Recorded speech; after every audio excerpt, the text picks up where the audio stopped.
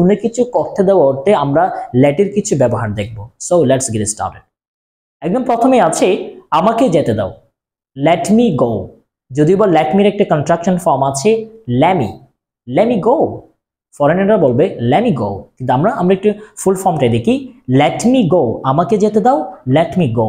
আমাকে ঘুমাতে দাও, লেট মি স্লিপ। আমাকে খেতে দাও, লেট মি ইট। এরপর আমরা দেখি আমাদেরকে ঘুমাতে দাও, লেট আস স্লিপ। আমাদেরকে খেতে দাও, লেট আস ইট।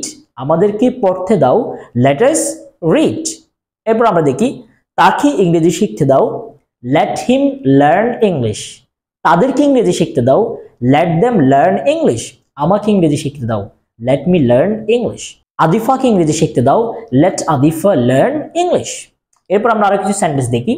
তাদেরকে কম্পিউটার শিখতে দাও, লেট দেম লার্ন কম্পিউটার। আমাকে কম্পিউটার শিখতে দাও, লেট মি লার্ন কম্পিউটার।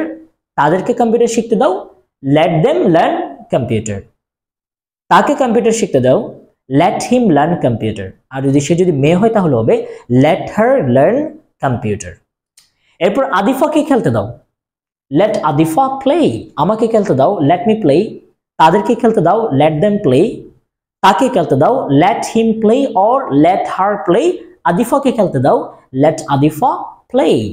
এরপর আমরা আরেকটি ভিন্ন একটি ব্যবহার দেখবো এখানে, যেটা হচ্ছে আমরা প্রায় এমন কিছু কথা বলে থাকি, চলো যাই, চলো ঘুমাতে যাই, চলো স্কুলে যাই, চলো খেলতে যাই। এই যে চলো যাই, চলো ঘুমাতে যাই, এই কথাগুলো আমরা লেটের মাধ্যমে বলে থাকি। যেমন এই যে চলো স্কুলে যাই, let's go to school.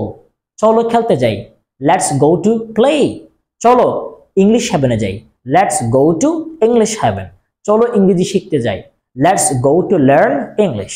I hope you got it. That's all for today. Thank you very much.